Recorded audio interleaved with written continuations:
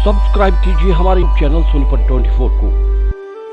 सबसे पहले लेटेस्ट खबरें देखने के लिए बेल आइकन को दबाइए। कांग्रेस पार्टी पूरी तरह से शांतिपूर्वक आंदोलन कर रहे किसानों के साथ है और किसानों के हितों और हकों के लिए हर लड़ाई लड़ने को तैयार है। केंद्र की मोदी सरकार ने काले कृषि बिल पारित कर किसानों के साथ बहुत बड़ा धोखा किया है। अब किसान केवल एमएसपी की गारंटी चाहते हैं। इसके लिए शांतिप्रिय ढंग से दिल्ली जा रहे किसानों पर प्रदेश की बीजेपी सरकार ने लाठियां चलवाई, पानी की बौछारें करवाई, बैरियर लगवाए और यहां तक कि अश्रु गैस के गोले भी उन पर छोड़े गए। प्रदेश सरकार के इस अलोकतांत्रिक रवैये की जितनी भी निंदा की जाए उतनी कम है। ये बात विधानसभा के पूर्व अध्यक्ष कुलदीप शर्मा ने गढ़ी केसरी स्थित अपने कार्यालय में प्रेस वार्ता करते हुए कही। शर्मा ने कहा कि किसानों के मसीहा स्वर्गीय ताऊ देवीलाल के वंशज और किसानों के हितैषी बताने वाले लोग अब सत्ता की लालच में किसानों पर अत्याचार करने वाली इस अलोकतांत्रिक सरकार का समर्थन कर रहे हैं। अन्नदाताओं पर प्रदेश में किए गए अत्याचारों के प्रदेश के लिए मुख्यमंत्री और उनके सहयोगी दल के लोगों को किसानों से माफी मांगनी चाहिए। कुलदीप शर्मा ने कहा कि केंद्र सरकार ये काले कानून बनाने से पहले यदि किसानों और विपक्षी पार्टियों से बात करती तो किसानों को सड़कों पर उतरने को मजबूर नहीं होना पड़ता।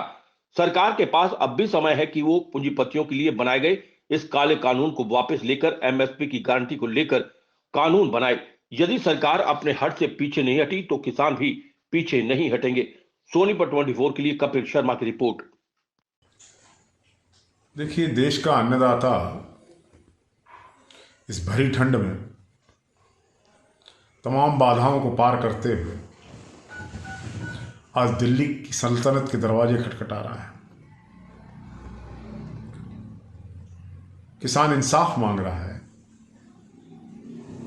लोकतांत्रिक ढंग से मान रहा है, लेकिन जिस प्रकार से हरियाणा की सरकार ने किसानों के रास्ते में अवरोधक पैदा किए, लोकतांत्रिक ढंग से प्रदर्शन करने वाले लोगों के खिलाफ अश्रु गैस का इस्तेमाल, लाठियां भांजी गई। इस कड़कड़ाती ठंड में उन पर पानी की बौछारें डाली गई, सड़कें खोद दी गई, पैकेट्स लगा दिए गए, बैरियर्स लगा दिए गए। लेकिन मैं नमन करता हूं देश के संघर्षशील किसानों को कि जिन्होंने समस्त बाधाओं को पार कर दिल्ली में प्रधानमंत्री नरेंद्र मोदी के दरवाजे पर दस्तक दी है। मैं हरियाणा की सरकार का इस अलोकतांत्रिक रवैये के लिए घोर निंदा करता हूं। होना तो ये चाहिए था कि किसानों का स्वागत होता।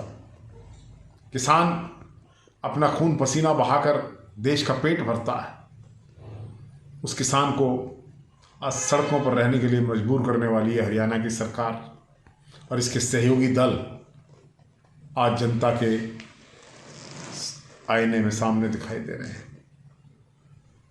मैं पूछना चाहता हूं, माननीय चौधरी देवीलाल जी जब इस दुनिया में नहीं है, वो बहुत बड़े किसान नेता और देश के नेता रहे हैं। मैं सयादर उनके वंशजों से पूछना चाहता हूं कि आज अगर चौधरी देवीलाल जी होते इस दुनिया में तो क्या वो भारतीय जनता पार्टी की सरकार का समर्थन करते? किसानों के शरीर पर पड़ी एक एक लाठी का हिसाब लिया जाता, लेकिन राज और सरकार के लालच में चौधरी देवीलाल के वंशज अपने आप को किसानों की पार्टी और किसानों के हितैषी कहने वाले लोग सरकार को सहारा दे रहे हैं, सरकार को मजबूती प्रदान कर रहे हैं, उस सरकार को जो किसानों के ऊपर अत्याचार कर रही है। मैं पूछना चाहता हूं केंद्र की सरकार से कि आज आप किसानों से बात करना चाहते हैं। कई दौर की बातचीत हुई भी है। जब बातचीत ही करनी थी तो किसानों को क्यों रोका गया? क्यों उनके साथ लोकतांत्रिक ढंग से पेश आई सरकार? मैं पूछना चाहता हूं कि आज आप किसानों से बात करना चाहते हैं, लेकिन इन कानूनों के बनाने से पहले क्या आपने विपक्ष या देश के अंदर सैकड़ों किसानों संगठनों से बात की?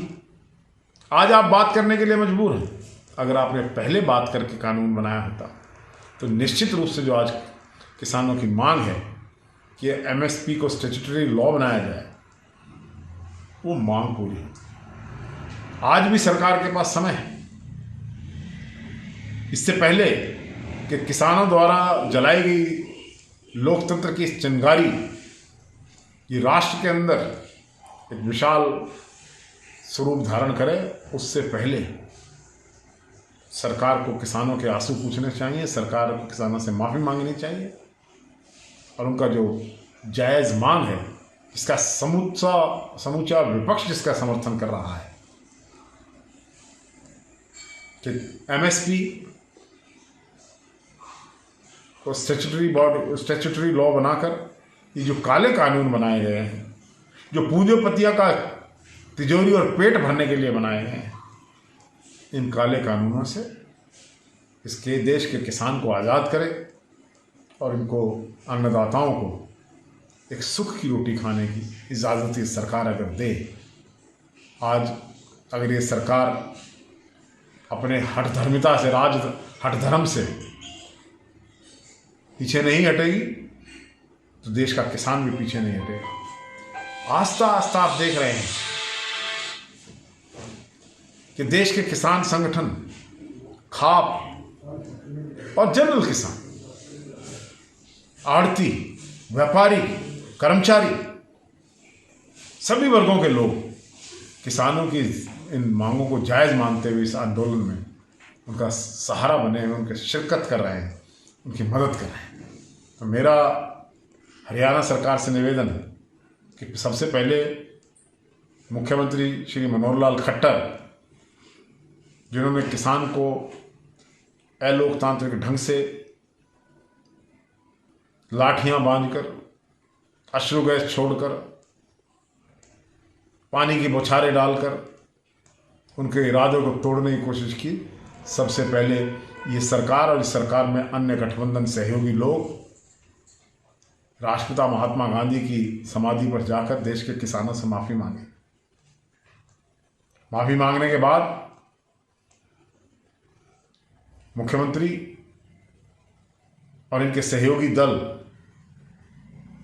देश की केंद्रीय सरकार, जो इन्हीं की पार्टी की सरकार है, इस सरकार को इस बात के लिए मजबूर करें कि किसानों की जो जायज़ मांग है उसको स्वीकृत करें, वरना अपने पदों से इस्तीफा देकर राज का लालच छोड़ें, राज की खाज मिटाना छोड़ दें, वरना जनता ऐसा सबक सिखाएगी कि आने वाली संतानें याद रखें। हम किसानों की जायज़ मांगों का पूरा समर्थन करते हैं, किसान आंदोलन का पूर्ण समर्थन करते हैं।